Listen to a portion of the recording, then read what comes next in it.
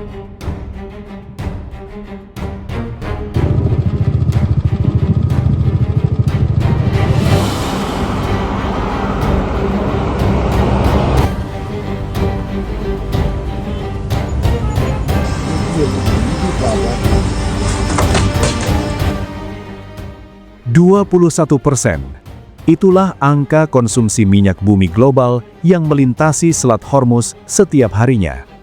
Satu jalur air selebar 50 km yang kini menjadi poros konflik paling berbahaya abad ini.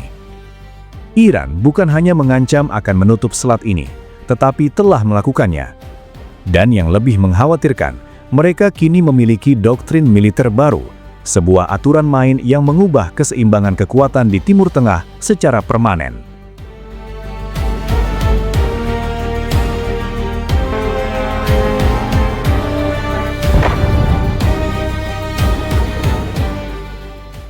Untuk memahami mengapa kawasan ini berada di ujung tanduk, kita harus mundur sejenak ke 17 Juni 2026. Di Istana Versailles, Islamabad, Amerika Serikat dan Iran menandatangani nota kesepahaman yang digadang-gadang sebagai pintu keluar dari konflik 4 bulan. Isinya mencakup pembukaan kembali Selat Hormuz, penghentian blokade laut oleh AS, serta jendela negosiasi 60 hari untuk membahas program nuklir Iran dan pencabutan sanksi. Namun, implementasinya berjalan di atas kertas yang basah.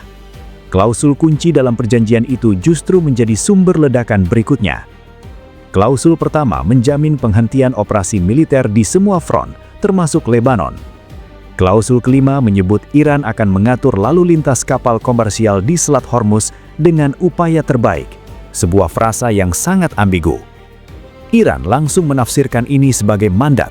Mereka mengklaim bahwa selat tersebut milik Iran dan bahwa pihaknya berhak mengelola dan bahkan memungut biaya atas jalur pelayaran internasional tersebut.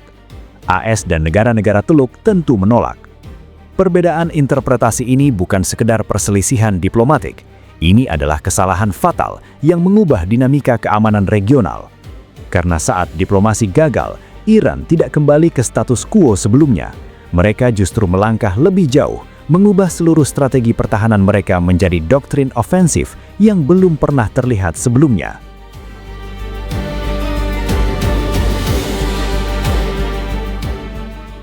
Menurut laporan dari Press TV dan sumber intelijen regional, Iran secara resmi mengadopsi doktrin baru yang mengguncangkan kalkulus militer AS dan sekutunya di kawasan. Doktrin ini memiliki dua pilar utama. Pertama, penutupan total Selat Hormuz, bukan sebagai ancaman, tetapi sebagai respon otomatis terhadap setiap serangan baru di wilayah atau kepentingan Iran. Penutupan ini bukan lagi opsi strategis, itu adalah kebijakan tetap. Dan Iran telah membuktikannya. Setelah eskalasi Juni-Juli 2026, mereka menghentikan seluruh lalu lintas maritim komersial di selat tersebut. Yang kedua, dan ini yang paling mengkhawatirkan para analis militer, prinsip pembalasan dengan rasio 2:1. Untuk setiap target Iran yang diserang, Iran akan menyerang setidaknya 2 target musuh balasan. Ini bukan sekedar doktrin, ini adalah eskalasi terencana yang dirancang untuk meningkatkan biaya perang bagi musuh secara eksponensial. Mari kita bedah bagaimana ini diimplementasikan. Setelah AS melancarkan serangan terhadap lebih dari 80 target di Iran pada awal Juli, IRGC merespons dengan menyerang 85 fasilitas militer AS di Kuwait, Bahrain, Yordania, dan Qatar. Klaim mereka menghancurkan sistem pertahanan udara Patriot di Kuwait dan menghancurkan markas besar armada kelima AS di Bahrain.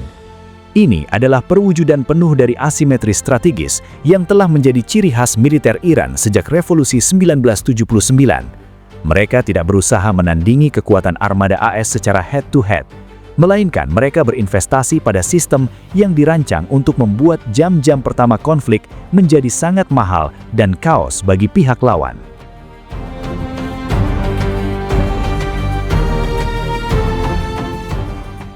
Di jalur perairan Selat Hormuz yang memiliki kedalaman rata-rata kurang dari 60 meter, Iran mengerahkan kapal selam mini kelas Gadir.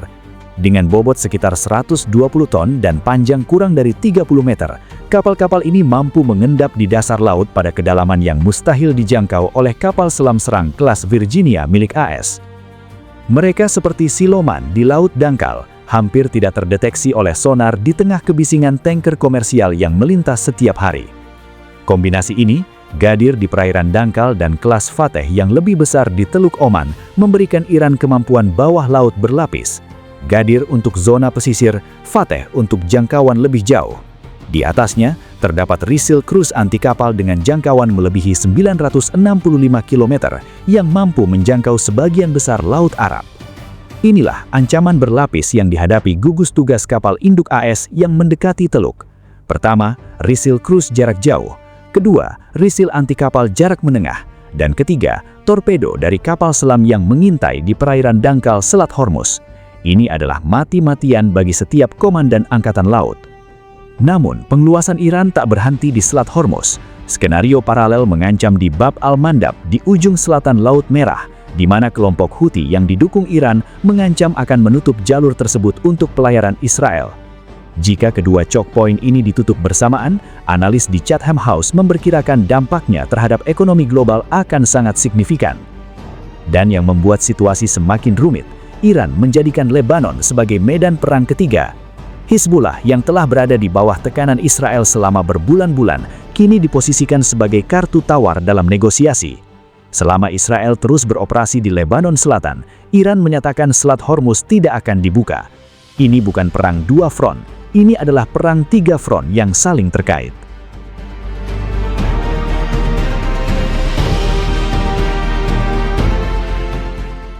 Lalu apa arti semua ini bagi dunia? Mari kita lihat efek dominonya. Pertama, pergulatan di Selat Hormuz telah menghancurkan presiden. Sebelum konflik ini, Iran tidak pernah benar-benar menutup selat tersebut secara total. Kini, setelah melakukannya, mereka tidak akan pernah melepaskan opsi ini. Seperti yang ditulis Chatham House, perang ini telah mematahkan hambatan psikologis yang tidak akan pernah dibangun kembali. Iran akan membangun kembali infrastruktur militer mereka di sekitar Selat Hormuz dengan prioritas utama. Ini adalah ancaman permanen yang membayang-bayangi pelayaran maritim global.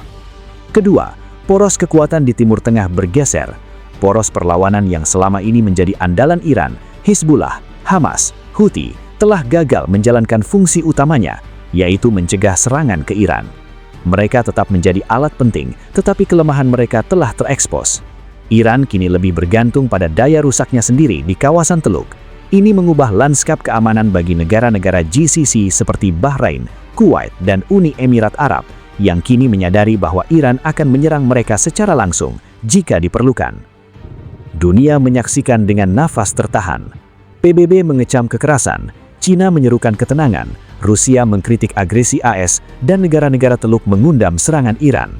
Namun, satu hal yang pasti, perang ini telah mengubah aturan main. Iran memiliki doktrin baru yang dirancang untuk membuat eskalasi begitu mahal sehingga tidak ada pihak yang berani memicunya. Atau sebaliknya, justru membuat setiap konflik kecil menjadi lonceng kematian bagi stabilitas regional. Bisakah diplomasi menyelamatkan situasi? Ataukah kita berada di ambang konflik yang lebih besar daripada yang kita lihat dalam 2 dekade terakhir? Satu hal yang kita tahu, Timur Tengah tidak akan pernah kembali seperti sebelumnya. Dan kita akan terus mengupas setiap perkembangannya untuk Anda di channel ini.